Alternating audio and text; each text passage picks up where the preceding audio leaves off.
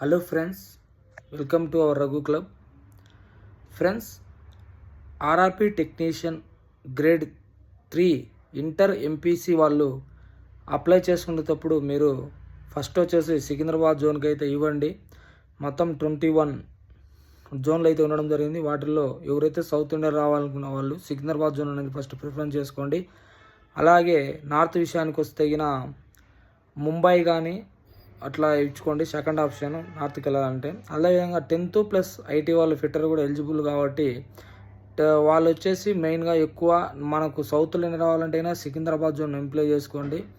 అలాగే నార్త్కి వెళ్ళాలంటే ఎక్కువ ముంబై జోన్ అయితే ఎక్కువ పోస్టులు అయితే ఉండడం జరిగింది కంపేర్ టు సికింద్రాబాద్ జోన్ చూసుకుంటే.